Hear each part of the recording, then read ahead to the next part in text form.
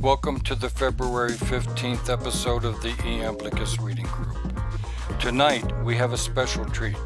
Tonight we discuss sigils, a very important part of magical praxis. In defining the Renaissance magus Giordano Bruno and his writings on magic, author Michael Storch writes, Giordano Bruno postulates a threefold universe with a constant flow among its parts, the archetypal, the physical, and the umbral, literally the shadowy, the locus of the phantasmic pneuma. Through this connection, we have access to all the forms or archetypes. Material existence, including our corporeal beings, also contains all the forms, as infinite passive potency, and is thus receptive to them. More specifically, images, forms, archetypes are drawn from the world soul through the faculty of fantasy, and their presence in the soul, any soul, will affect its materiality. The art of magic is to know how to access and utilize the images. This is done by controlling the sets of factors which compose the images themselves. We are lucky to have a member of the Iamblicus Reading Group who carries on the tradition of using images in his magical praxis. In this session of the Reading Group, Ryan will be talking about sigils, how he makes them, how they work, and their history. This is a very exciting topic to learn about, and the great discussion afterwards is inspiring as well. I think you'll enjoy it as much as I did.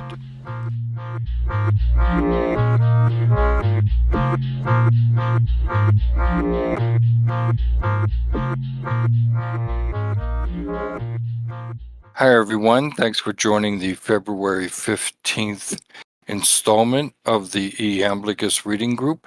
Tonight we're going to have something very special. Ryan is going to be telling us about sigils. He's going to give us a little bit of history behind sigils, and then talk in terms of his own experience with sigils. So I think it's going to be exciting. I'm really interested in hearing about it. Thanks, Ryan. It's all yours. All right. Thank you so much. And I'm just going to do a little rundown of what I just told you guys for anyone that's listening. Because there's a few things that I want everyone to keep in mind as I'm discussing this particular topic. Sigils as a concept is not something that's present in Iamblicus. You're not going to see it in Plotinus. I think that there are some clear through lines that we can draw between sigils as I understand them and the Neoplatonic tradition, but they're not Neoplatonic in and of themselves. So I just want everyone to keep that in mind. We are going to be connecting that in the end. But, I might be going on, and if you're here for Iamblicus, you're going to be like, what is this guy talking about? So bear with me, be patient. We will get to it.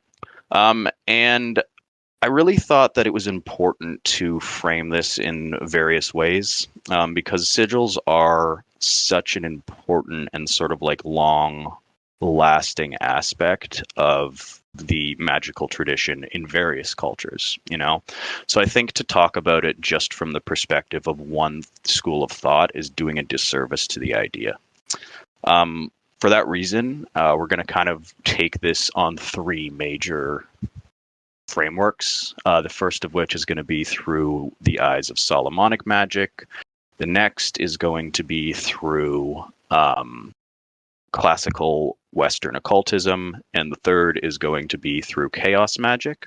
The last thing I want you guys to keep in mind is that when I'm talking about sigils, especially when I'm going to talk about the creation of sigils briefly in the beginning, I'm doing so through the framework of chaos magic. I find this to be a very effective way to do practical magic. I've had a lot of success with it, and I'm really happy to share it with everyone.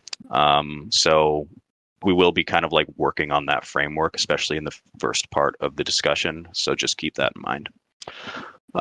So sigils, at their most basic, kind of core sense, are symbolic representations of ideas, desires, or even entities that are used to manifest a specific desire or intention, or initiate contact with a desired entity outside yourself.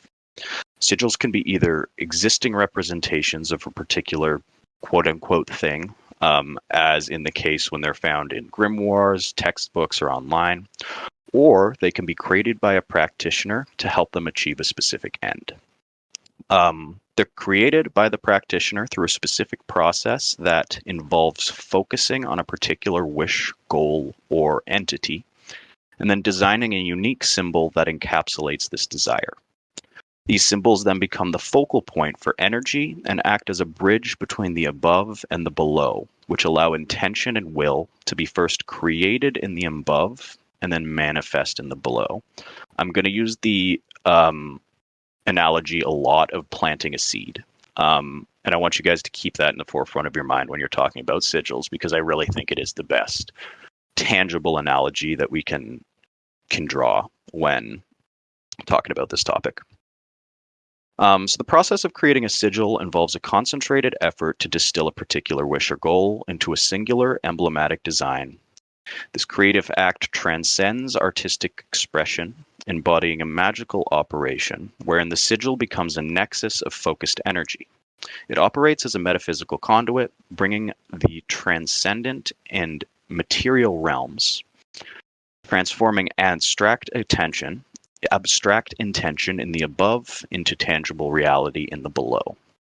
This transformation is underpinned by the principle that the act of creating and empowering channels a practitioner's will, thereby catalyzing the manifestation of the desired outcome. In the crafting of the sigil, elements of meditation, visualization, and ritual may and often do intertwine, allowing the practitioner to imbue this symbol with specific energies or intentions. Once created, the sigil will be activated or charged through various means, again ranging from ceremonial magic to more personal, introspective practices. And if anyone knows anything about like Peter J. Carroll or any of these guys, those practices sometimes get pretty funky, and aiming to intensify its connection with the practitioner's will and the universal energies it seeks to tap into. So, as I've said, I think the best way we can think about sigils is you're creating a seed that can be planted in the above that will be allowed to grow and to manifest. If I had to explain this in one sentence, that's what I would say.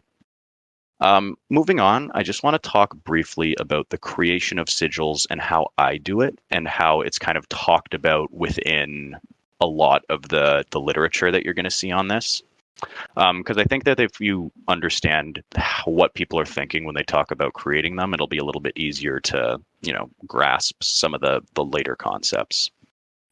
So as I said, sigils are symbolic representations created to manifest a specific desire or wish.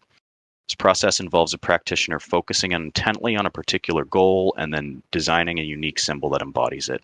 It is believed that the sigil serves as a focal point for the practitioner's will, as I've said. And I think that this can really be broken down into 5 major steps, okay? And the first of those steps is creating your intent. It's very important that you have a definitive goal in mind for the sigil to act. All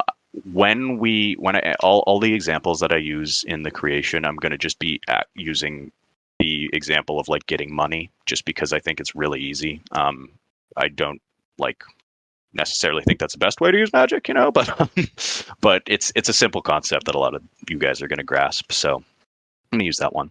So like I said, first is creating your intent and distilling it into a definitive statement of intent. So the first step requires the practitioner to specifically articulate the desire or goal in a clear and precise statement.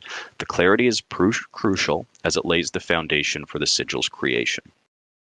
So if we're using the example of money, it might not be as useful to say like, I want money, because that can mean various things, right? Like, it's almost like I often think of it as the old trope of the genie, and where it's like, okay, I want money. Well, you might find a dime on the ground, that is money.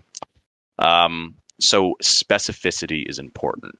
I would like to make X amount of money in the next X amount of years, I think would be a better way of articulating that particular desire.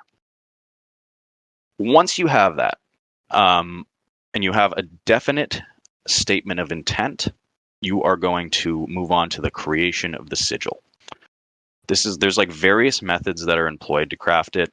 The way that is in books is not really the way I do it anymore, though I have used that method lots, so I'm not by any means saying don't. I think that that's great, and I think it's really easy to do. So one common technique, and this is the one that comes from people like Carol, involves writing out the statement of intent, eliminating duplicate letters and vowels, and then rearranging the remaining letters into a symbol.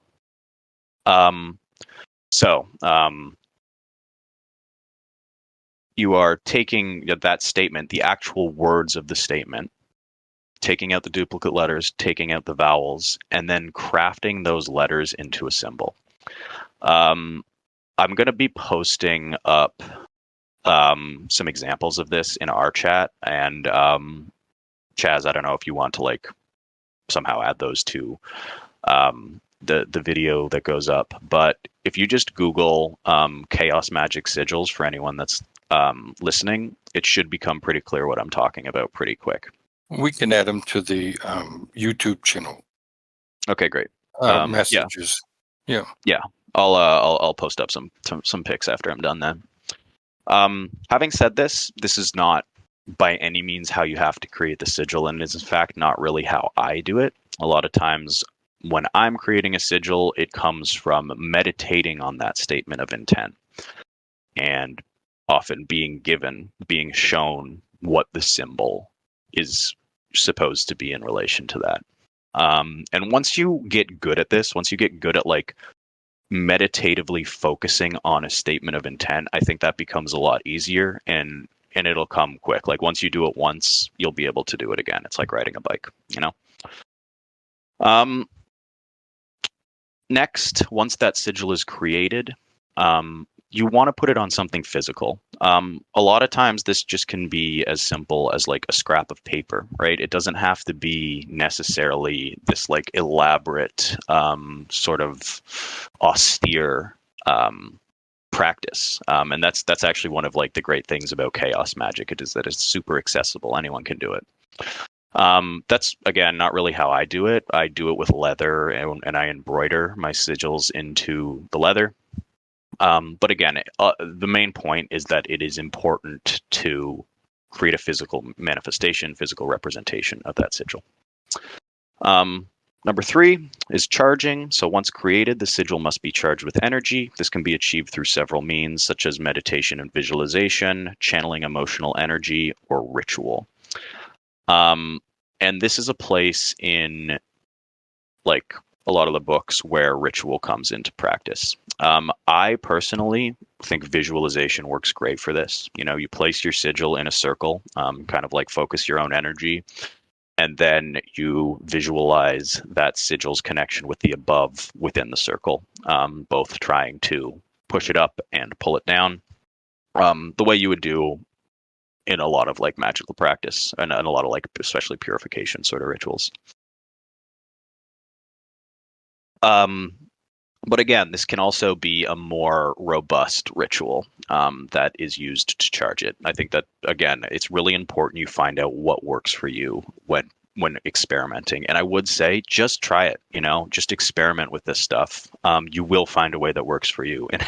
And when you do, like, it's going to feel awesome and it's super cool. So I just suggest that, like, anyone who's interested in this stuff, dive in and try it.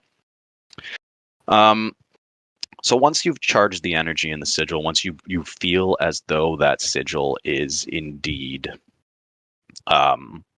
charged, it's then about launching or casting the sigil. So the next step involves releasing the sigil and its charged energy towards the manifesting the intended outcome.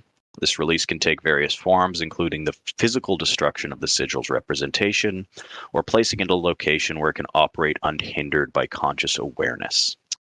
So again, if you're doing, for example, this on paper, a ritual burning is a really good way to launch that sigil.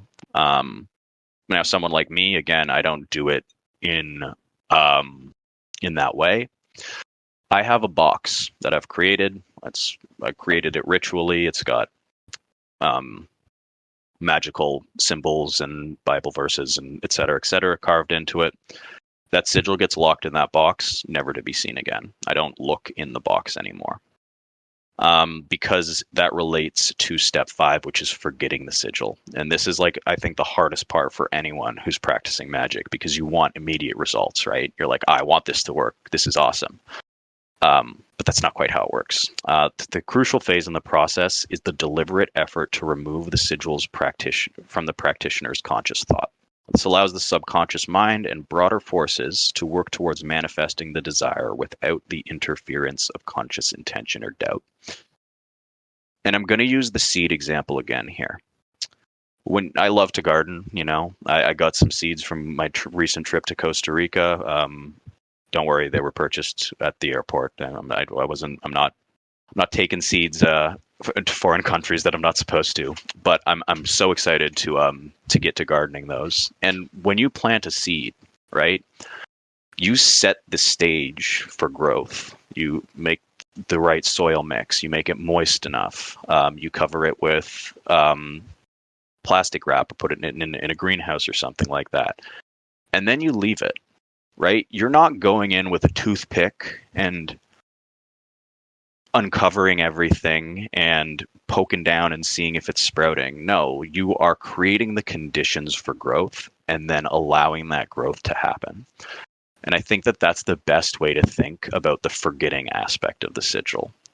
If your conscious mind is continuously messing with it, the efficacy is going to go down. And it sounds counterintuitive, but again, like, just practice, just try it, and it will. You'll begin to understand very quickly why it's a necessary step. So those are kind of the 5 steps in the creation of sigils as I see them. And I just want to say one more time, sigil magic is a deeply personal and individual practice, with each practitioner developing their own methods or styles for creating and using sigils. That's like one of the core aspects of chaos magic. The effectiveness of a sigil is thought to depend on the intensity and the intent behind it, and the practitioner's ability to charge the sigil with power before releasing it from active thought. So that's step 3. All right, charging that sigil. It's really important. I don't just do it once. I do it dozens of times before I'll do the release. Like, I don't ever just create a sigil in a day and release it. It's like often a multi-week process where you're meditating on it, you're charging it, you are further defining the concrete intent behind that symbol every single time you do it. And as you do that over and over, that's what gives it efficacy. You're not going to be able to do this in a night, and I think that's an important thing to keep in mind. So this approach to sigil magic emphasizes the power of symbols to act as conduits for personal will and intention, bringing the gap between the conscious mind and the universal forces that shape reality. Practice is rooted in the belief that individuals can directly influence their circumstances and the world around them through focused intention and symbolic action. And this goes back to something we talk about all the time in this show, where it's that as above, so below paradigm, that like symbol synthemata sort of like framework, where these representations of things on the physical plane correspond and can channel the energies from the above. And that's really, I think, the core of where sigils and like theurgic practice meet. And I think that it's perfect. Like, it works very well together. So next thing that I want to do is get more into like the history of it, as well as the history of it, as well as some of the like ideological, maybe isn't the right word, intellectual frameworks in like various schools of thought that goes into sigil magic. And as I said, we're going to talk about Solomonic magic, Western occultism, and chaos magic. So the use of sigils in magical practice has a rich and diverse history, tracing back through centuries of Western occultism. From the structured rituals of Solomonic magic to the eclectic and pragmatic approach of chaos magic. And this is like a 2,000-year journey, right? Like, this is something that has deep roots in Western occultism. This journey through time reveals how sigils have evolved from complex ceremonial symbols to personal creative expressions of intent. We're going to start just with Solomonic magic. Roots of sigils and magical practices can be significantly traced back to Solomonic magic. A figure renowned for, this was my bad.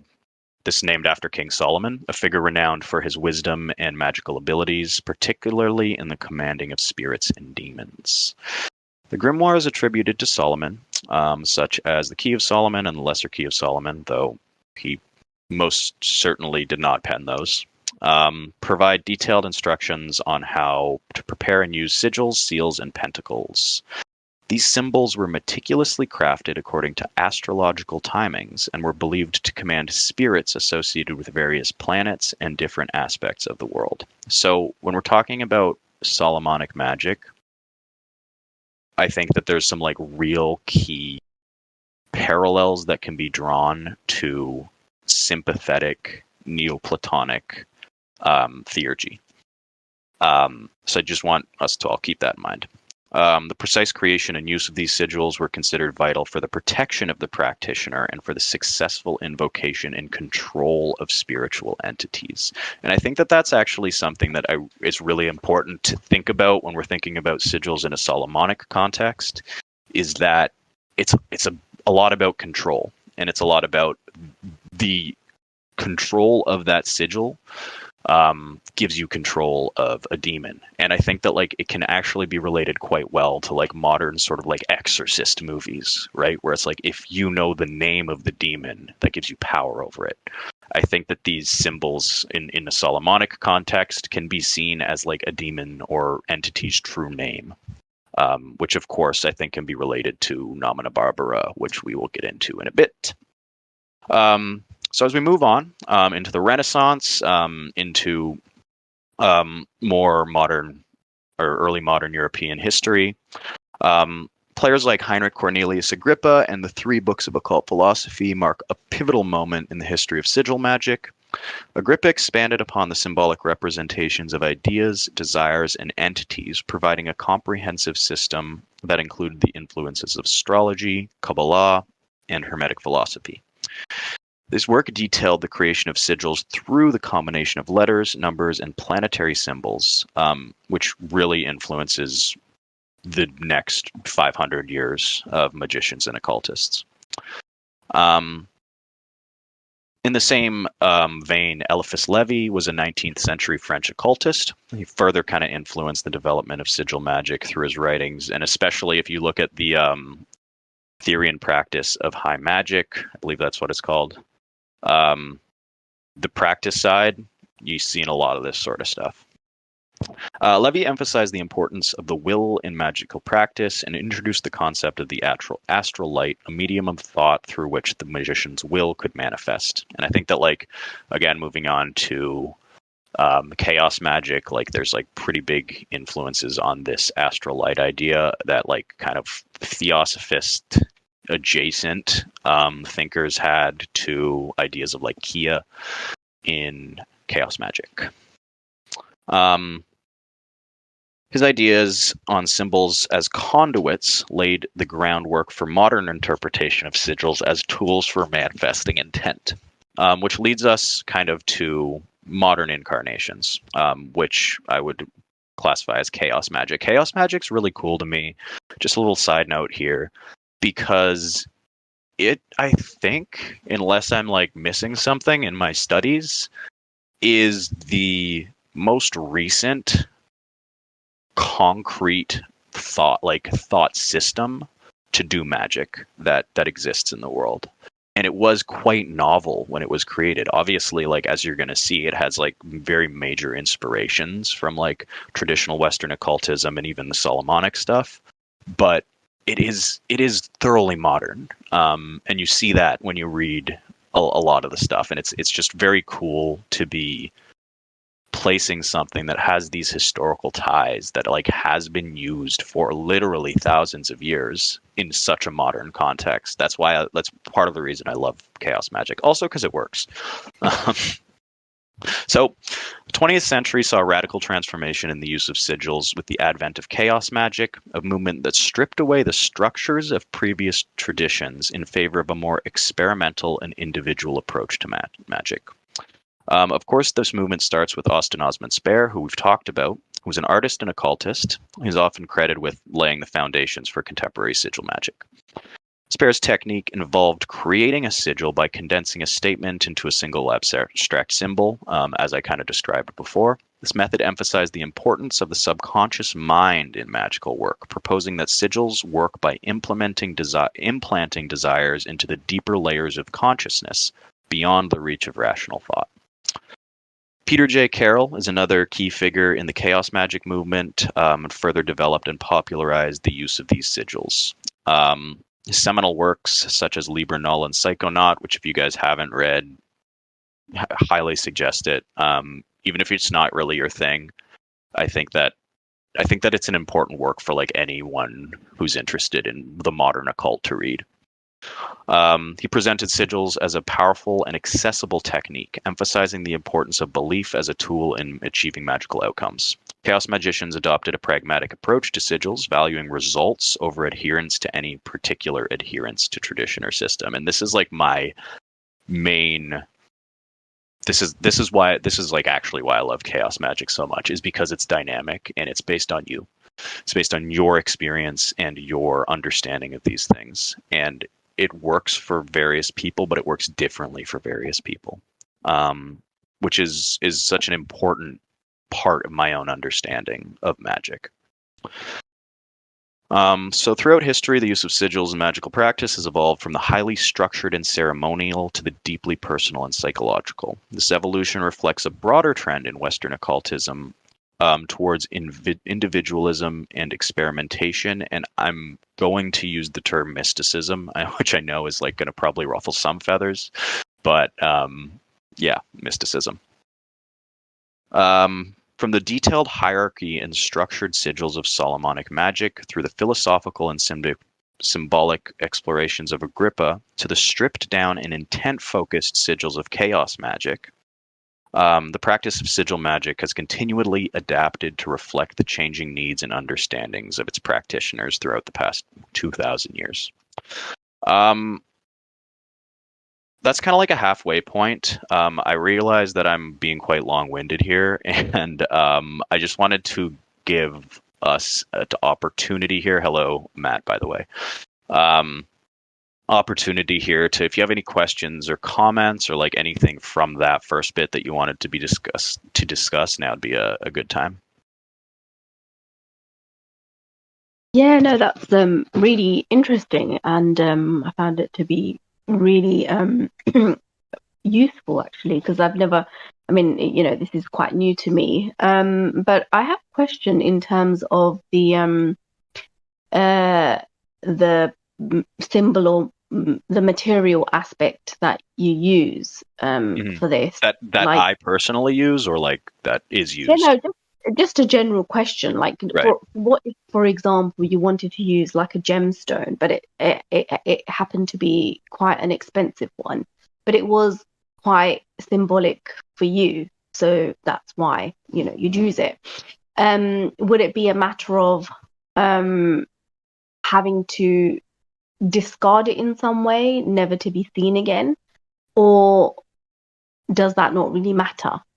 Or see, that's a tough one for me to answer, because when I'm just going to be frank with you, when I make my sigils, they still I still have them all, but I do not ever interact with them. They're in like a box that I've created, like a magical box. Right. Yeah, that I've created. Yeah. And like that's a big part of it for me. Now, it is a personal thing, right? Like it might work for you the other way, but in my experience, that like casting aside is different. Now, I think that like you can definitely sort of create a talisman or something like that through like a precious gem, for example, on honestly quite similar principles.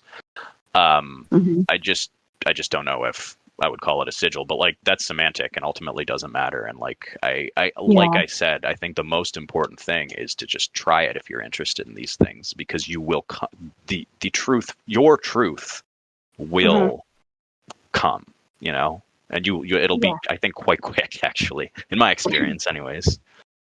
Right. I know Because, that that's a non-answer, but yeah. Yeah, no, because I was just curious because is it a matter of whatever material thing that you use, you just can never interact with it again? That was basically my question. You know, I would this also thing has say to that. be, Sorry, go ahead. yeah, like this thing has to be, you know, like put away or burnt, or, you know, like it's basically like it has to have a completion. I guess that is my question. Like for example, if it's like a gemstone on a ring, and I wanted to use that as because of the symbolism, and I Right. wanted to use that particular thing, would it mean that if it wasn't a ring, I could never wear it again? That's basically my question. See, the fundamental aspect of step 5 is about forgetting, right? It's not about destruction. It's not about Okay. anything like that. It's about like de-specifying the symbol in your mind. So if Yeah. you are able to do that and still wear the ring, I think that's Right. perfect. You know what I mean? Right. I would just find it very difficult for Yeah, myself. that's But what like, I'm saying. Like it's hard to do because every time you look at it, you'd probably remember. So that was just a exactly. question. Like, you know, I was just wondering if it was something precious or expensive. Would it Yeah, be yeah. usable? But then would that mean that, you know, it would have to be kind of out of sight, out of mind, so you'd kind of never interact with it again? Yeah. Well, I mean, like, You know. hey, if it spends like 3 years in your jewelry box, and then you're like, hey, I remember that this had like a significance, but I think that that's probably okay. But like, I would say when you're creating sigils, like that a big portion of it, especially in like the chaos framework, is the accessibility of it, right? It's the fact that like Yeah. anyone can do this with any materials.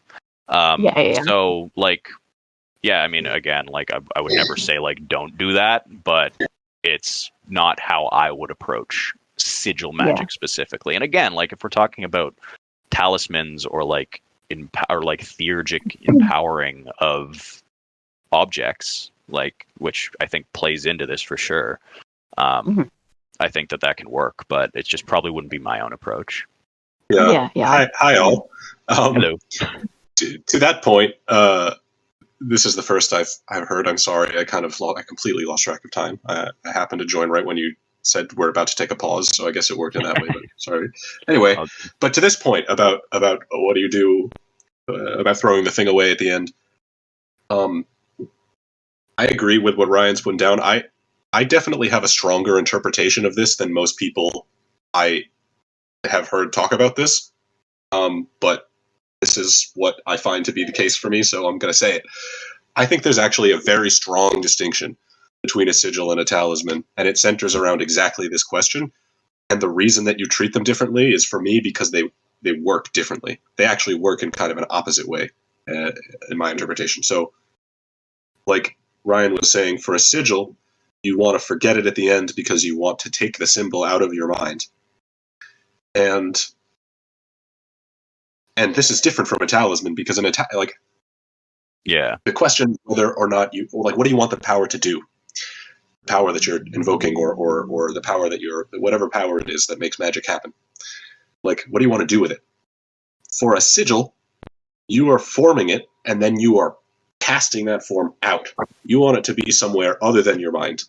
Like, in some ways, you're rejecting it out of your mind, so that the only choice it has is to manifest outside of your mind in, the quote-unquote objective world. But for a talisman, what do you want to do with that power? You want to contain it inside of a material so that it's tied to the material. And wherever you put the material, that's where the power goes. Like, it sort of radiates out of it.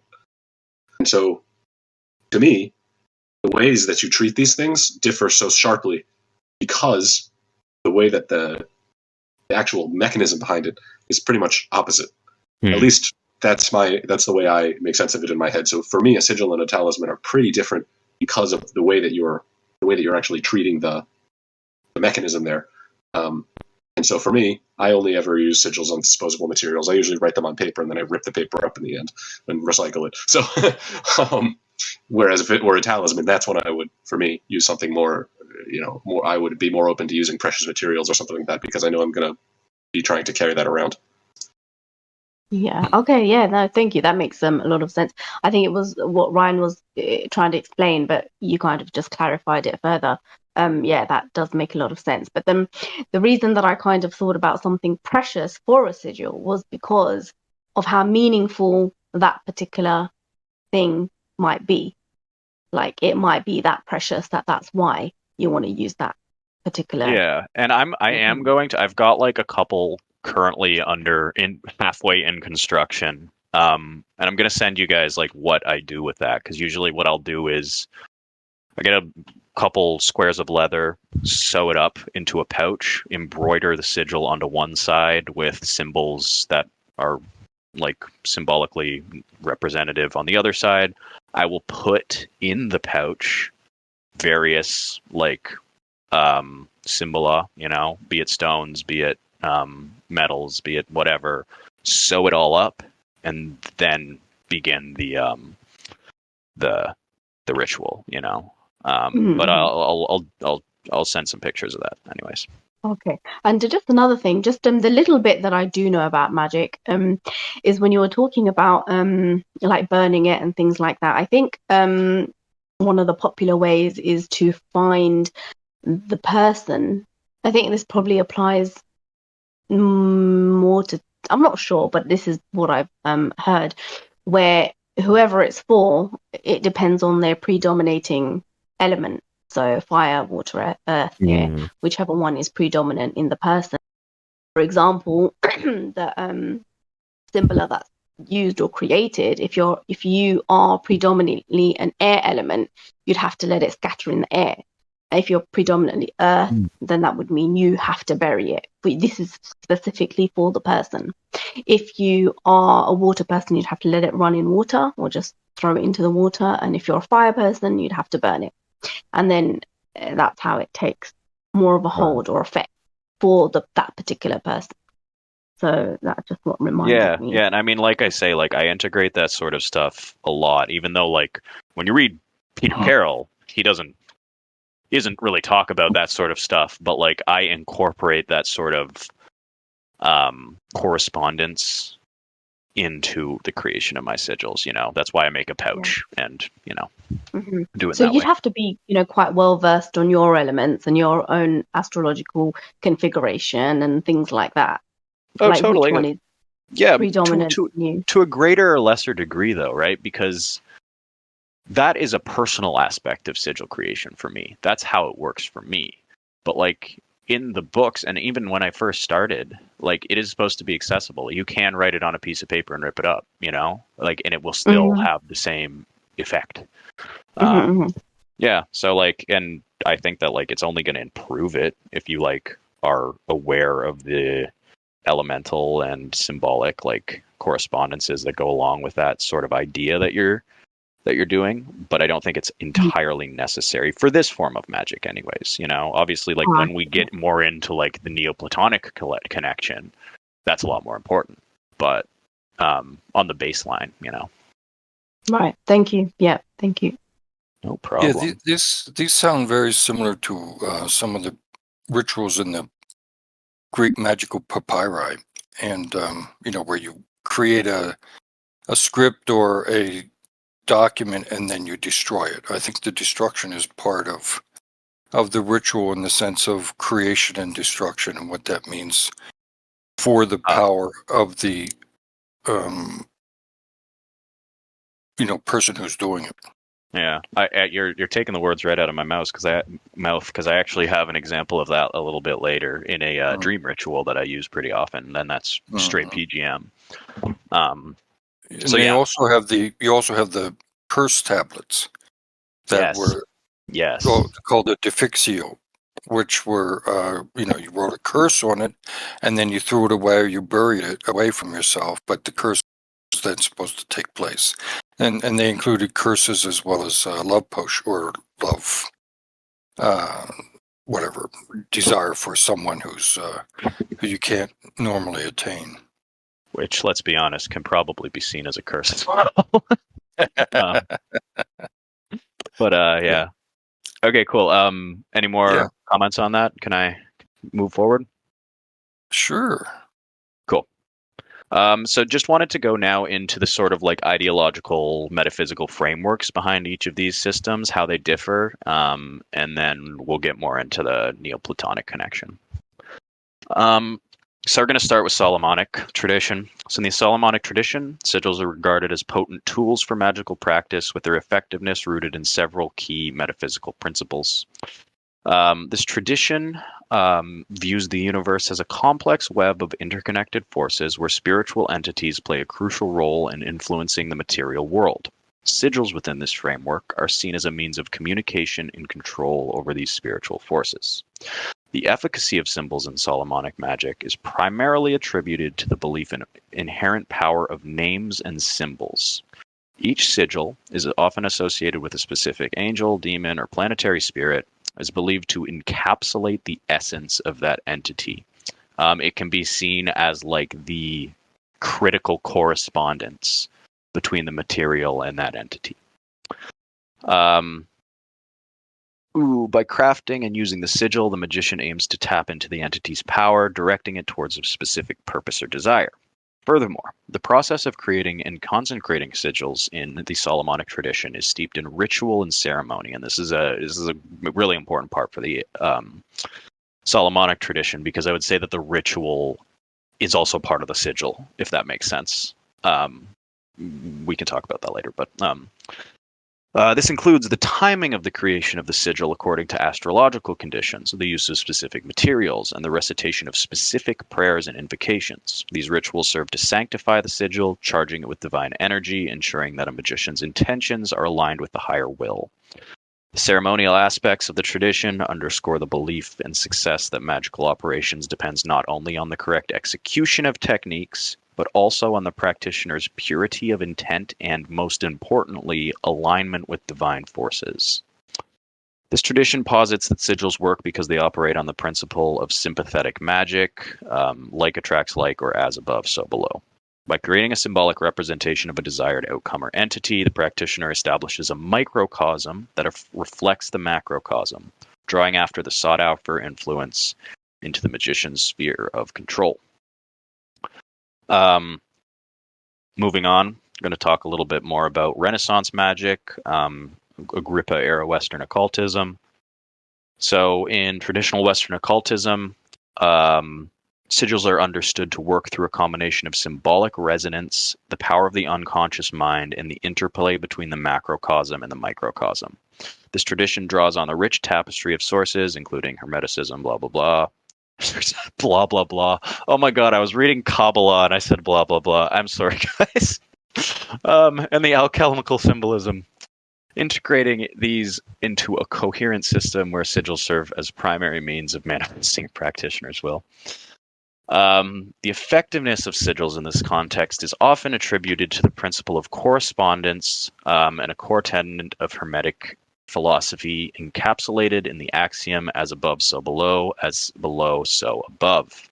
Sigils are designed to symbolically represent a specific desire or intention in a manner that reflects the unity and interconnectedness of the universe. By crafting a sigil that corresponds with a particular outcome or entity, the practitioner creates a focal point for their will, harmonizing their personal microcosm with the universal macrocosm and bringing about the desired change. Furthermore, traditional Western occultism places significant emphasis on the role of the unconscious mind in the magical practice, influenced by developments and by occultists like Agrippa. Recognizes that sigils could bypass the conscious mind and directly influence the deeper layers of consciousness. This process of embedding a desire inside the unconscious, facilitated by a creation and activation of a sigil, is believed to mobilize the practitioner's internal resources and align them with cosmic forces necessary to manifest intention. I just want to make it clear too, like the term subconscious, unconscious would not be used by like Agrippa. Yeah, I'm glad you mentioned that because, that's pretty much a modern concept. Yeah. This is, my Although interpretation. you could talk about the irrational soul. Yeah. But I think that it's like a good way for us as moderns to conceptualize it. Lastly, I just want to then go talk about it in terms of chaos magic. So in chaos magic, sigils are central to the practice, and their effectiveness is understood through a distinctly modern and psychological lens.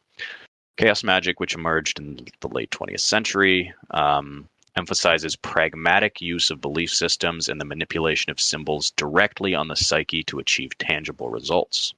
The process of creating and using sigils in chaos magic is streamlined and focused on the individual's intent. A practitioner distills a specific desire or goal into a sigil, a process which abstracts and obscures the original intent, allowing it to bypass the filtering mechanisms of the conscious mind and embed them directly into the subconscious. They actually do use the term conscious and subconscious. This bypass is crucial because the subconscious is viewed as more directly connected with the fabric of reality and capable of influencing or manifesting incomes without the interference of conscious skepticism or disbelief. Chaos magicians charge and activate their sigils through a variety of methods, all intended to momentarily elevate the sigil to the forefront of the practitioner's consciousness and then release it into the subconscious. This can be achieved through intense emotional states, altered states of consciousness, or by embedding practice into mundane activities, thereby launching the sigil. And yeah, it gets really crazy, that like launching the sigil aspect, when you read a lot of these chaos magic thinkers. A lot of sex magic comes into play with this. The act of forgetting the sigil after its activation is considered essential, as it prevents the conscious mind from undermining the process, allowing the subconscious to work on manifesting the intent without interference. The rationale behind this is tied to the theory of the psyche's influence on reality. This perspective is informed by postmodern thought, quantum physics concepts, and developments in psychology, as well as like a significant amount of Jungian philosophy, suggesting that reality is malleable and can be shaped by the will and perception of the observer. The sigil, therefore, acts as a direct line to the subconscious, which is seen as a powerful agent of change in the magician's perceived reality. The effectiveness as a sigil is believed to hinge on the practitioner's ability to invest it with meaning and energy, and then release it from conscious thought. Last thing I want to touch on before getting into the Neoplatonism is just some key differences that these three schools of thought have with one another, because those sigils are present in all of them and they're really important and kind of central to all of them. They are different in how they're conceived. And I actually think that they're kind of like a growth from one another, from Solomonic to Western occult to chaos. Like they all build upon one another. And I think they're all probably quite reflective of the time in which they were created. But I do think it's just important to think about. So, first, Solomonic magic. Solomonic magic, sigils are deeply entwined with ceremonial and theurgical aspects of the practice. The effectiveness of a sigil is rooted in its ability to communicate and command over spiritual entities. This tradition emphasizes the precise construction and ritual concentration of sigils, which are often associated with specific angels, demons, and planetary spirits. The sigils in Solomonic magic act as keys to unlock spiritual forces, with their power contingent upon the sanctity of the ritual and the authority of the magician as granted by the divine. When we move on to traditional Western occultism, it expands the role of sigils beyond the strict invocation of spiritual entities to encompass the broader principles of correspondence and the influence of the practitioner's will. Sigils in this context are symbolic tools for manifesting the practitioner's will and are designed to resonate with universal forces in a microcosm-macrocosm dynamic.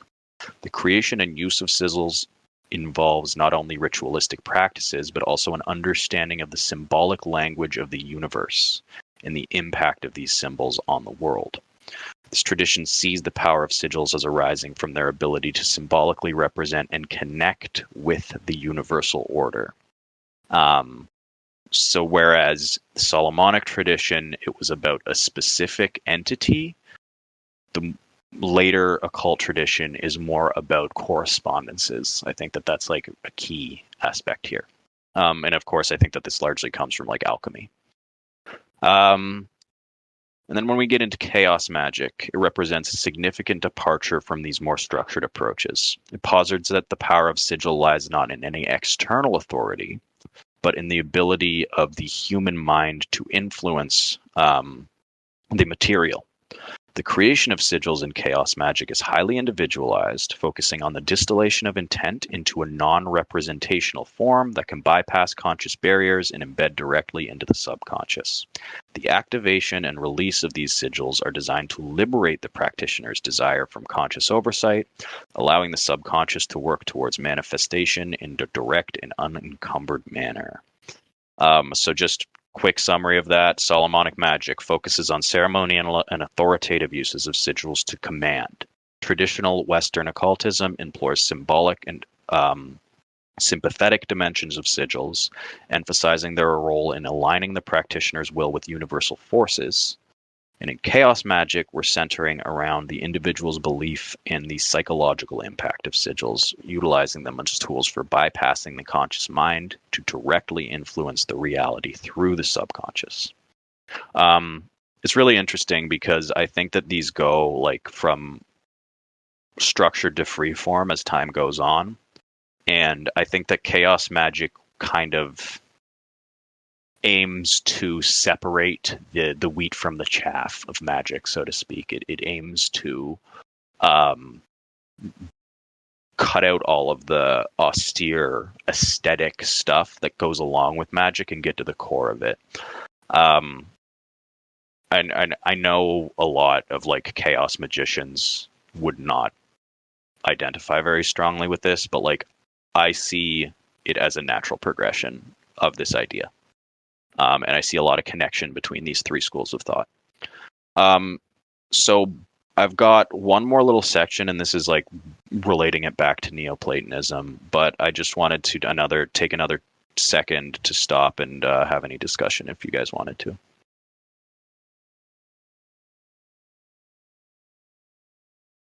All right, I will move right on. And I am aware of the fact that I've monopolized this entire conversation, so I apologize for that. That's fine. You're good. I'll blast through this last bit.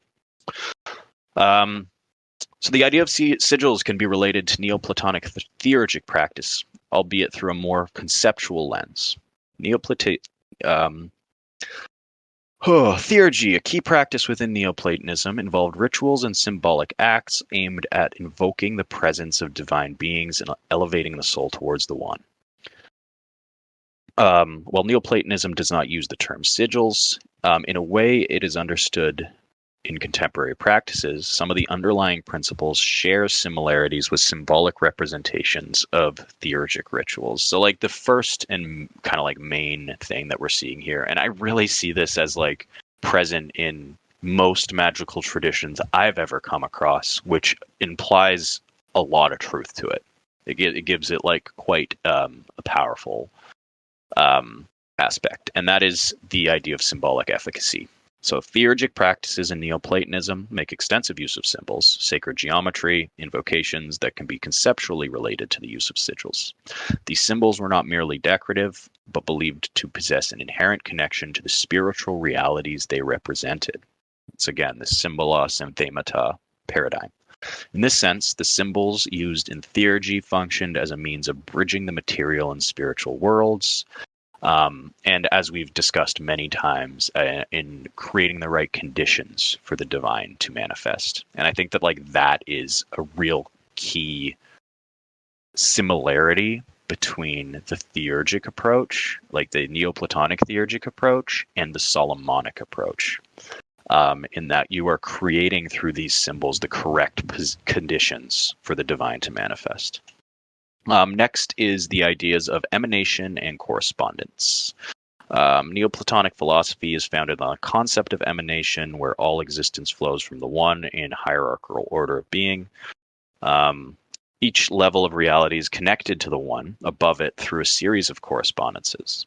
Symbols and theurgic rituals aimed to tap into these correspondences align with the practitioner with the divine forces and facilitate spiritual ascent. This idea between symbols and spiritual realities parallels the way sigils are thought to embody specific desires or intentions and connect with both universal forces in other magic traditions. We have invocation and presence. So in Neoplatonic theurgy, invocation of divine names and the use of sacred symbols are crucial for attending the presence of divine beings or energies. These practices are believed to sanctify the practitioner in the surrounding space, creating a conducive environment for spiritual experiences in the soul's ascent. Similarly, in the magic traditions discussed, sigils are used to invoke specific energies or entities, acting as focal points for practitioners' intent and facilitating manifestation of desired outcomes. And the last thing that I want to talk about is personal transformation. So Neoplatonic theurgy and the use of sigils, I'm going to say especially in the latter two traditions, the Solomonic and the Western occult, emphasize the transformation of the practitioner as a key aspect of the practice. And that's the biggest difference, I think, between previous practices and chaos magic, where like chaos magic is practical, it's pragmatic, it's functional, it's about the world, it's about material at the end of the day. Whereas these other ones are about connecting with broader forces. In Neoplatonism, the ultimate goal is purification and elevation of the soul, achieving unity with the divine.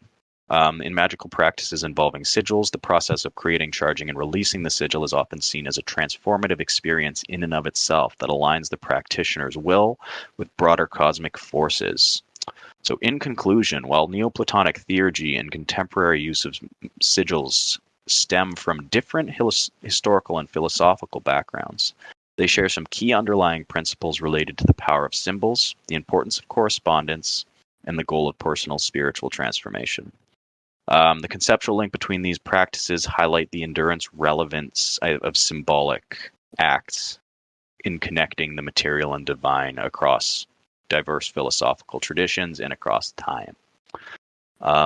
So thank you so much for being patient with me and staying with me there. I didn't think that it was going to be this long when I wrote it out.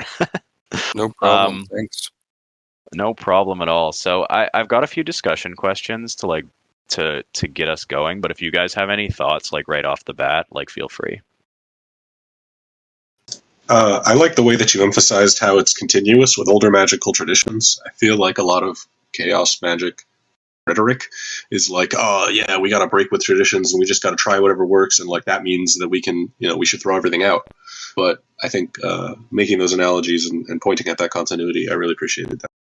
No, I mean it's so true, right? Like if that was true, they wouldn't be using sigils, right? Like Exactly. Sigils wouldn't make sense if that was true. And I really I mean like I have a lot of love for chaos magic in my own practice, but like yeah, sometimes it's really frustrating to interact with chaos magicians online, frankly, is I guess my bottom line, because there is like I think that any sort of like revolutionary is maybe not the best word, but it's the one I'm going to use. Any sort of like revolutionary idea, there's a lot of focus on out with the old, right? And like, sure, there's definitely always things that need to be improved, but like you also have to recognize where your ideas are coming from. And like to say that is not coming from Agrippa and from Solomon and from Egyptian temple magic before that, like I think you're missing a point. So yeah. I'm Iamblichus criticizes what he calls standing on the characters, which has been, at least modern scholars translate as being equal to sigils.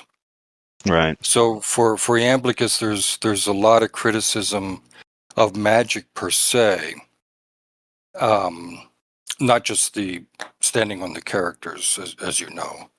But even the notion of universal sympathy, which you referred to as sympathetic magic, which goes back to Plotinus's theory of sympathy. It's cosmic sympathy, where things are sympathetic to other things halfway, all the way across the universe and that kind of thing, and everything is in tune with everything else. But this is Iamblichus, whose main goal is to emphasize the complete separation between the divine world and the human world. So I think that he doesn't want, at least for our reading here, he doesn't want humans to think that they can do anything to bring about the association of the divine with the human. In fact, what we have to do is to make ourselves non-human in order to come into the presence of the divine. So I don't know. I think he's a bit harsh in that way. I don't agree with him in that, but as far as at least his Neoplatonic practice and his understanding of theurgy, he tries to separate it as much as he can from what we would call magic. Now, Christian Bull, in his discussion of hermetism, does talk about, well, there's really not that much difference between magic and theurgy. So, I think, personally, I think I'm still looking for the defining difference between the two. I think, I still do believe that Iamblichus is harsh about his understanding of magic, but, so I'm keeping an open mind. I really appreciate your presenting this. I really learned a lot from it. Oh yeah, no problem at all. And like I see, I'm like less harsh on Iamblichus's interpretation of this, because like what I would, and where I disagree with it is more in the like moral polemic rather than the distinction, because like I would consider this to be goetic magic, not theurgic magic. It's Right. based like solely on, especially in like the chaos magic framework. This is less true. Like it's not true really for the Solomonic stuff, but like especially in the chaos magic, a little bit in the more historical Western occult, like its focus is on the material world. It's about like creating conditions in the material. It's not necessarily about connection with the divine, right? Which is like where I think Iamblichus and a lot of Neoplatonists would take a big issue with it, because in their mind, like that is inherently bad. Whereas like I guess I'm just less austere than that, but yeah, like so like I can understand why a Neoplatonist would like not, or like especially a I'm gonna say fundamentalist Neoplatonist. Wait, does that exist? There's another different conversation. But yeah, like that's he where he would be one if there were one. Right? Oh yeah. Oh, the most. Yeah. Yeah. Now the point another thing I would say is that we don't have any theurgic rituals, right? Mm-hmm. I mean, we think we do. We think that some rituals in the PGM were theurgic, or they were adapted by the theurgists. We think that, or at least Christian Bull seems to think that the what we have in the Corpus Hermeticum referred to potentially theurgic rituals, but we don't have anything per se about what theurgic rituals there are. So it's up to the individual theurgists to understand theurgy and to actually create their own theurgic rituals, which is what some people are trying to do these days. And how close that is to magic is an interesting point. I certainly wrestle with that. Sorry, Farjan. I just wanted to put that in there as a.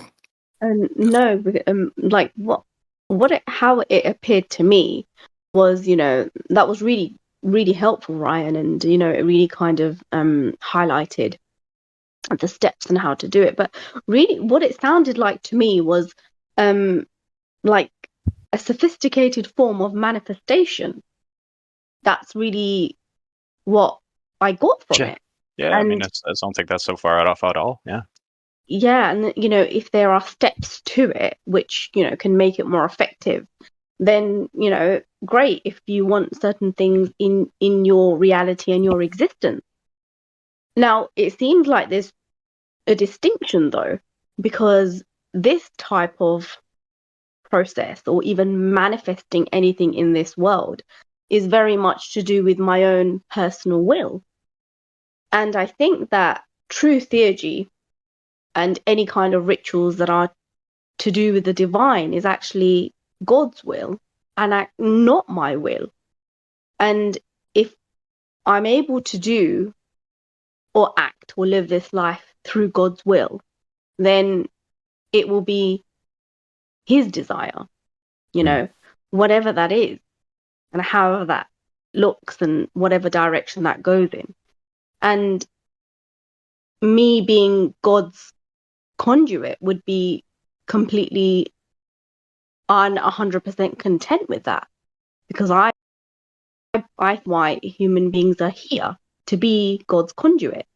Now, how that looks and, how much money that we have in this world, or, where we live and all of those other things doesn't seem to matter when it comes to God's will.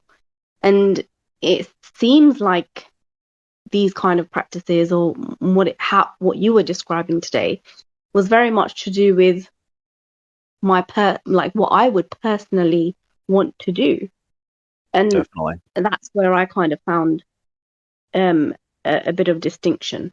And I think that maybe that's what Iamblichus is trying to say. God's will, nothing gets in the way of that. Not even my thought, not even my desire, nothing that I could ever possibly, want or need or think. And if we can get to somewhere like that, then we're completely content no matter what. So, to me, it did sound like two different things. Yeah, no, I actually couldn't agree more. And I think that that's like a really great way to think about the distinction.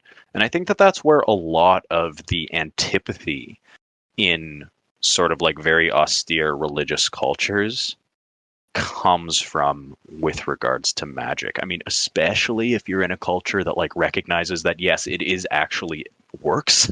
Like Iamblichus has his issues with like goetic magic, right? But like he doesn't say that goetic magic isn't real, as far as I know, anyways. Right? No, He you're says, right. yeah, he says that it is like not theurgic. It's not bringing you closer to God. Right. And I mean, and like so, like I think that that's like such a great way to think about it. And then like actually, it's one of the like major reasons why I have been doing this, like undertaking this study of Iamblichus and like trying to wrap my head around Neoplatonism in a better way, is because like I'll just come out and say it, I am good at I'm good at goetic magic, but I've realized after doing it for a long time, I am good at it. It is like purely reflective of me and my will. And like that's not the goal. That's not the end goal, I'm not like, I don't go so far as to say like it's evil and should not be practiced, because I practice it all the time, and if that's true, I'm effed, but like, yeah, like I think that like it is an important distinction, and like you can't be thinking of yourself as like, if you're doing this stuff, you're not a theurgist, you're not necessarily, being more godly or pious or anything. You just kind of like understand how things work. And so like I think, and I do think, is there a line? Because of course, to live in the world, you're going to need certain things. But do we do that in excess? Maybe. But then it's like, especially how we live today, it's like the more that you earn is the more that you spend, So you kind of, it's quite natural to desire that little bit more. And, so is it wrong? I mean, I don't think it's wrong, because we're going to have desires as a human being. And maybe it's just a level, because when there are people that have reached a certain level, they really seem to not rely on the worldly goods anymore, even to the extent of food or money, unless they have been, a desire has arisen in them, which may not have been from themselves, to maybe work towards world peace or something like that. So you would require, certain positions of power or certain amount of money, and that would still be God's will, because that's what he wants you to complete. what he wants you to do for him. So you see, that's from a personal level, is there a line? And I think we can take manifestation or, these things quite far. I think, the weird thing though, to me, is that the magicians, or at least the text that I've read, talk about God, right? They talk like they are doing God's will. They don't talk as though they're opposing God's will in any way, but they're actually manifesting it in some way, or trying to manifest God's will. And, God wants us to have good things in life. So, again, this is perhaps a way of thinking. So if I use magic and invoke God's power to get those good things in life, I am in some way doing God's will. Yeah, but then, I'm just knowledgeable of it. I'm more knowledgeable of how to tap into that energy, which is God, and manifest it. There is a bit of a... Oh, go ahead. There is... No, I was just going to finish on that point. But I think you'd have to be very, very good at checking in with your own self. Yeah. Does it come from a place of selfishness? Does it come from a place of greed? Does it come from a place of ego? If we're able to really know that within ourselves, then, okay, fair play. But then I don't think most of us do, right? How good are we at getting in tune with ourselves and really seeing where it's coming from? Yeah. Along those lines, I think that's totally right. And I think that you can actually see that dynamic playing out if you look at different books of magic that are aiming to put you in touch with different classes of beings. And depending on how... This is going to sound a little cheeky, but depending on how easily they can be snowed, you'll get different approaches to what is the relationship between the divine power that's like the ultimate source of your power versus the spirit, the power of the individual spirit that you're contacting. So like Ryan is talking about goetic magic, right? So if you read like the Lesser Key of Solomon or other goetic grimoires that are aiming to put you in touch with demons, the power of God in that case is really more of a cudgel. It's like a weapon. You have to get close to God in order to shame the demons with the God power. And really, you're just browbeating them into doing what you want. So, in a certain way, like, you have to reach a certain level of godliness, but really that level of godliness is just a badge that you wear. Literally a badge, actually. In some cases, you literally sometimes wear a pentacle on you. It's basically a badge. You like show them you open the badge, it's even a little star. Right. It looks like a little police badge. And you're like, here's the authority I'm acting on behalf of, so you better shape up or I'm gonna like serve you papers that are gonna send you straight to hell. And like and you're basically like, threatening them using the name of God. But really it's kind of, you're deputizing yourself on that behalf. Whereas, on the other hand, you have other grimoires, like, what's it called? The Arbitel.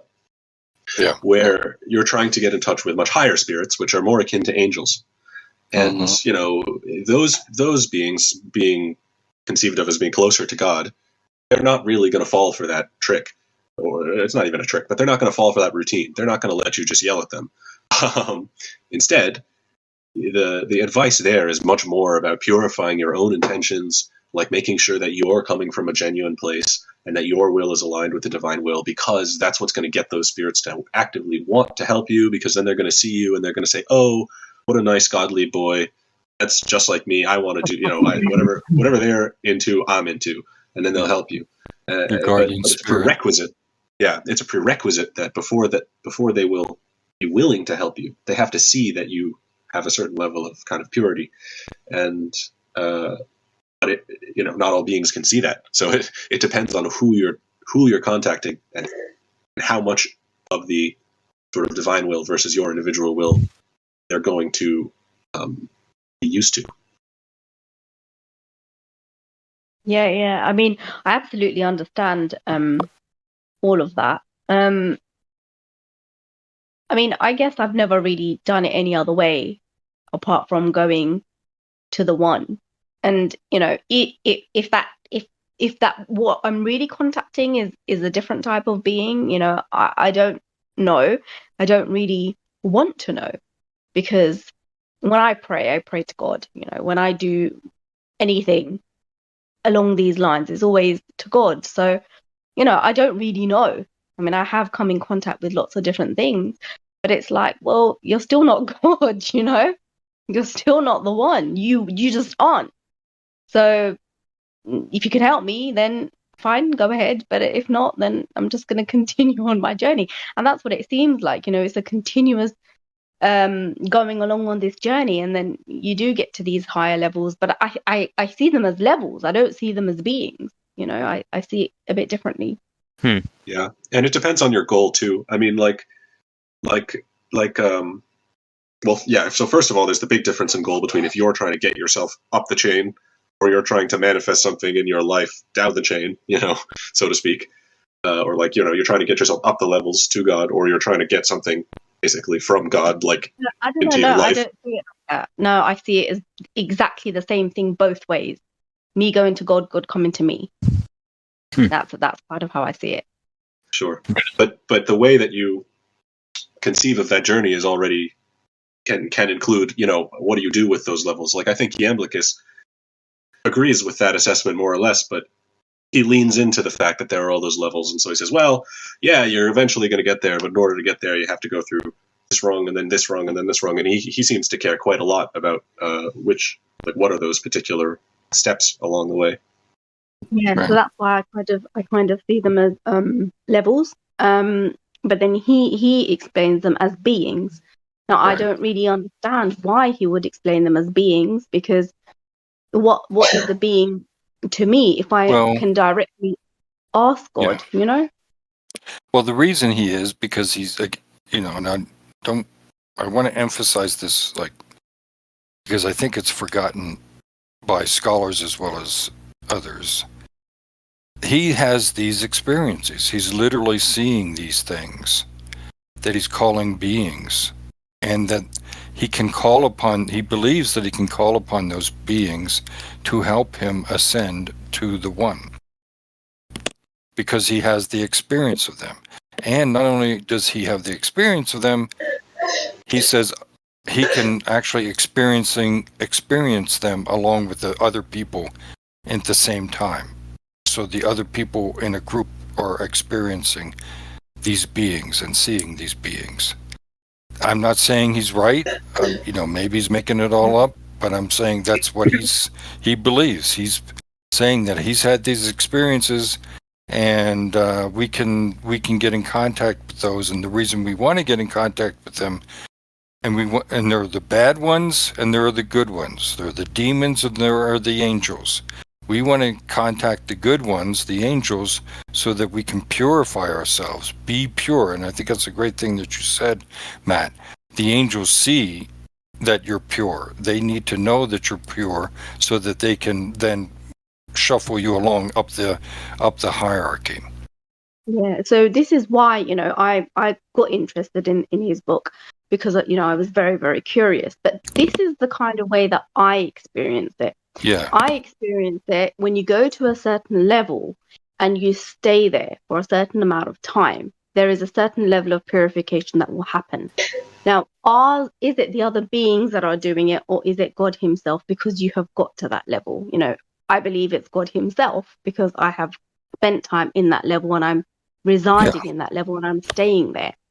Mm-hmm. So, maybe God sends these beings to do that, but then that's kind of how I see it, because that level will purify X, Y, and Z, or certain aspects of this, and then you can go to the next one, or you can just come down again. The point is that you yourself have to keep trying to go up. You yourself have to keep trying. So that's where I'm understanding where Iamblichus is coming from, but he says that they are actual spirits or beings. Right.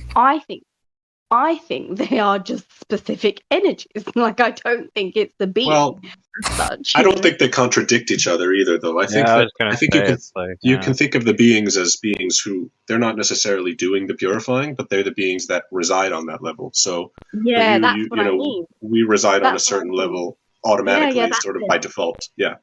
Yeah, so then from in my experience, it's that level, and they're there and I'm there, but Exactly. I don't think that they're doing the doing, so that's No. why Yeah. I think it's a bit different. Well, But they are, yeah, but they are emanations of the one, right? So they are doing the will of the one. They're not doing their own will. At least that's the theory, right? But I also don't think that Iamblichus is saying that you are. It's like you go through a car wash and they're washing you off. I think it's more like, yeah, no, I think it is more like what Farzana says. I think it is more like you're purified by reaching that level, but in order to find that in level, order to reach it, you have to purify yourself to get there. right? But you can. I think the role of the beings is more like, it seems to me, they're more like anchors into that level or guides into that level. By invoking them, Their assistants, maybe. you contact that level through them, but it's not necessarily that they're doing it to you. Like I think that I think we can bring it down to earth a little by thinking about like humans. Like you can talk to people, and people will have different energies and different, levels of consciousness or levels of realization, if we can say that. Certain holy people or whatever, you can interact with them and you'll feel their presence in a way. Well, I mean, if you've ever had that experience of being in the room with someone who just really opens something up in you, like, that's it. It's not that they're doing it to you, but by being with them, they're sort of showing you this level that's there. I don't know. Yeah, that's exactly my experience. So that's what I mean. So maybe it means that they are assisting just because of who they are, what they are. And I don't think it's them doing it to us or them taking us. I think we're doing the thing, and by virtue of being on their level, they are absolutely helping us. I don't think that they're not helping us. I just don't think that it's as literate as, okay, you called upon me, let me just hold your hand and drag you along. I don't think that's the way. It hasn't been in my experience. Just like what you were saying, King, in terms of if you met someone with a lot of presence on this earth, absolutely, just by being the virtue of being in their presence has that effect because of what they are emanating. And I think that's what's happening. Well, I would also. Oh no, go ahead. Well, I was just gonna say, like, just to jump in, like, and especially kind of like asking that question, like, is it God? Is it something else? And this is like, I know that this is, some people roll their eyes when you hear this, but like, if God is all, it's both. Like, it is both. Like, if we are connected to God, I think that is apparent from our consciousness, and I think that that's like quite clear in the writings, at least. We're just lower on the chain, but like, that does that not make, like, we are still part of that whole, as those entities must be if we are, right? Yeah, so like, I don't know if like the dichotomy is necessary, like, between the higher versus the slightly less high. I think that it is all God, but God has many faces, I guess. Yeah, and that's why I say that, it's us doing it. It's us doing the doing, and they're doing the being, right? And I mean, right. I love that. Yeah. You know what I mean? Where I'm getting a little bit confused with the Iamblichus's work is that, it's all they are there to help you. No, I don't know. I don't believe that. I think God is everywhere. And if we are a part of that and then we're doing it, then we reach it and they are being who they're being, that kind of thing. Yeah, no, I completely on board. Maybe next time when we take this up with possession, divine possession. Ah, yes. Where we are talking literally about at least it seems to me, and we can look at Iamblichus in depth there, that we literally are having our personalities obliterated by the God. Yeah, when but we again, are possessed. I think And there's nothing that we're doing though. Pardon? No, but again, I think it's because we are there. That's the only reason that happens. Because if you think about it, if our being and just by being in this body is the downfall of man, and then we are able to stay and reside in that level, and then Right. the way that he describes it is that God takes possession of the person. I Right. feel like the person has purified themselves so much that these energies are getting a hold of our system more and more and more and more. So that's why I kind of say Oh, energies and okay. not Yeah. really beings. Do you know what I mean? So that's why I kind of say, oh, well, it's not a being taking possession, is basically the energies of that particular level is becoming imbued with your being, and you are becoming that more and more and more.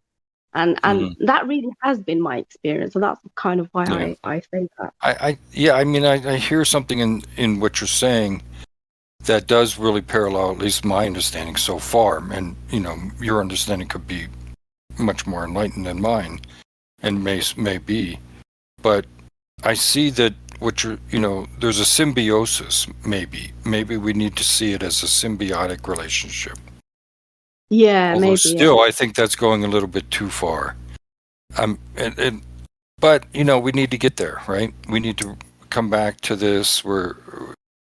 Next week, based on You the know, reading well, that we just have. just another point is that, if we really know that we have, there is a part of us that there is some kind of divinity. Now, whatever form that takes.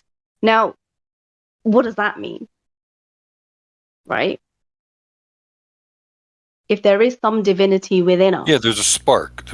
Let's say, Yeah. if you look at the Chaldeans Yeah. say that there's a spark of God within us, and that it's descended, and the point is to bring that spark to a fire so that we can ascend up through the different levels, Yeah. back to So the then, one.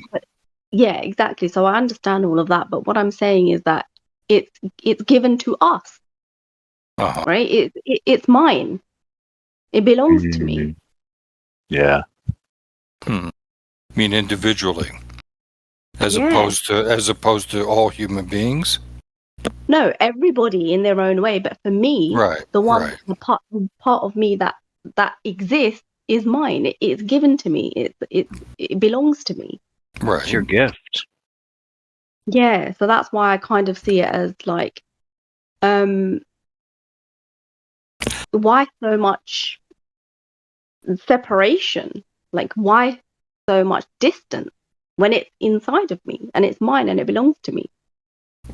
Because, well, I mean, I think that the theory then would be you're thinking of it in a much more personalistic way than at least Iamblichus would want to acknowledge, right?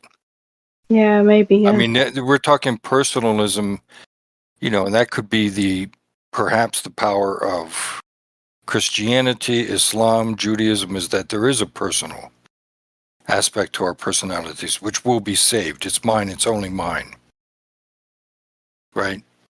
I think that there's an impersonality, perhaps, with the way that Neoplatonism and Iamblichus thinks about what that is that's in us, and then how it gets transformed into something else which is not mine. It's God's.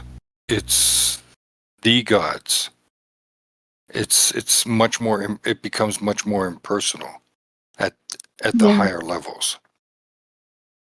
But I mean, I've spent numerous years of my life believing that the personal relationship to God is the most important thing there is. I can go on TV and listen to, TV preachers saying, God loves you and only you. You are loved by God. That message resonates very, very powerfully with a lot of people. It saves people from from addiction, from alcoholism, all kinds of things, knowing and believing that God loves me personally. So I don't want to like in any way say that that's not very powerful. I'm just wondering if Iamblichus at these higher levels has found something else which may be just as powerful.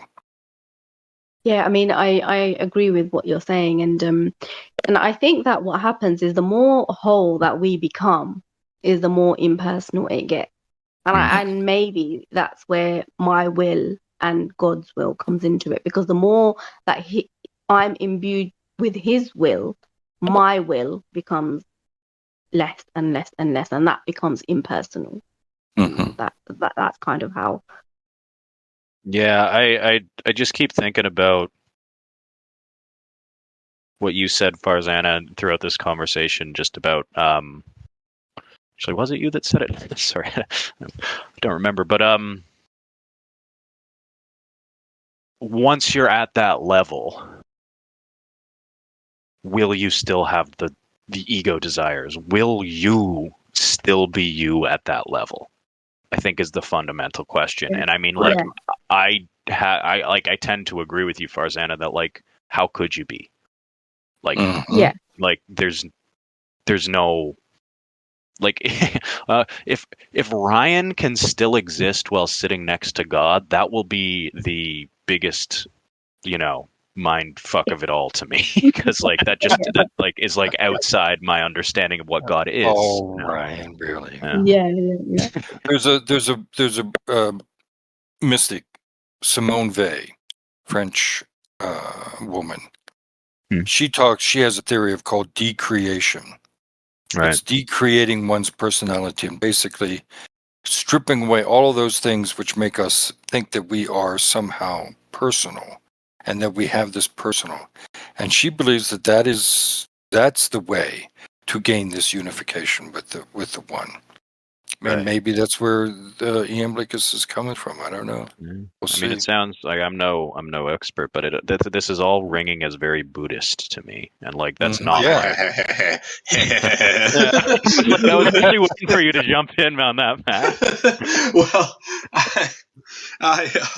the way that I was gonna say it is very similar in that way, and I think that there's a Platonist way of saying the same thing, Right. and I think that it's kind of trying to point to similar things in different ways, and I don't know, one way that I like to think about it is, or an image that I like to use almost is, I almost like to think of it as like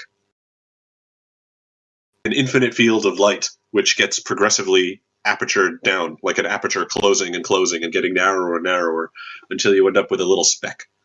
And that image is meant to represent this sort of impersonal, huge cosmic reality getting more and more particular until you get to this little personal, individualized speck of like very narrow concern, which is a person, an individual person, one person with their own shit going on.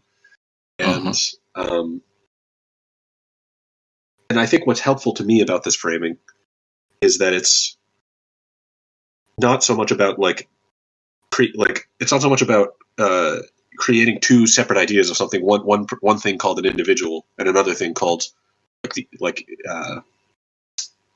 God, or like the impersonal. But kind of seeing those things on a continuum of like limit, like one is just a very, very limited version of the other thing, and you actually get the individual by taking the big thing and just narrowing it and contracting it and squeezing it down and particularizing it and like limiting it until you arrive at the final product of this like seemingly very limited little thing. And this idea of decreation could also be on limitation, right? It's sort of like what is created in a way is limitations, and what you're decreating is these demarcations, these limitations, and by opening up those limitations, you end up with what seems like nothing, but which is actually unlimitedness. And there is a Buddha quote about this where he says, what is created is just suffering, and what is released is just suffering.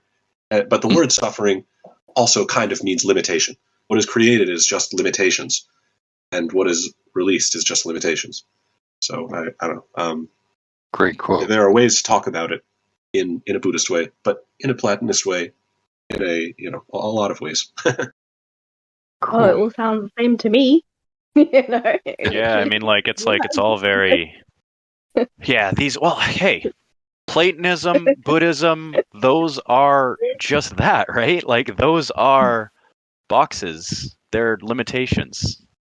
And when we think about it in that Oh, way, I think that we are, I mean, and I'm like, I'm just like such a, it's the like personal aspect of practice is so important to me, and it will always be, So like those frameworks are just that, they're frameworks, and this was actually a comedian I saw a while back, and he was making this joke about like, oh, I should have learned this in church, but I learned it from the road manager of AC/DC.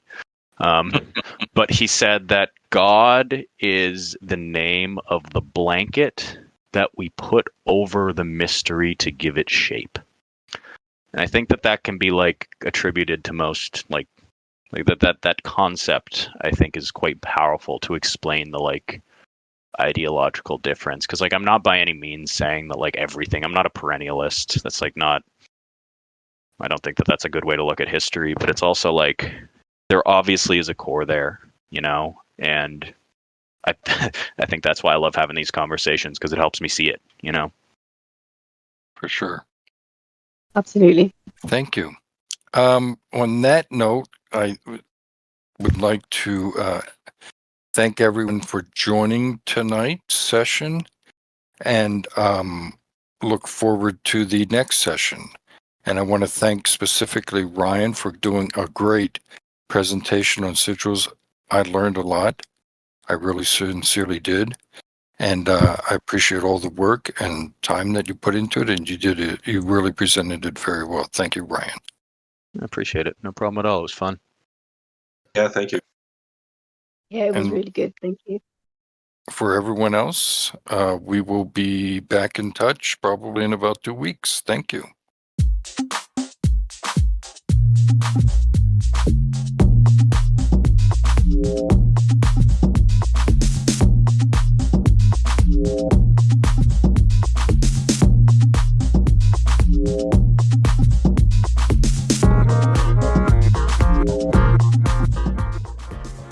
That's it for a great episode. Thank you, Ryan, for a great topic, and the rest of the group for a wonderful discussion. I learned a lot, and I think that I'll be following up with the information you brought to us. I know I'm really motivated to learn more about chaos magic. I have heard a little about this very new and exciting development in the occult sciences. So now I have a basis to search for more information about chaos magic, not to mention sigils themselves. Thanks a lot, and we'll see you soon.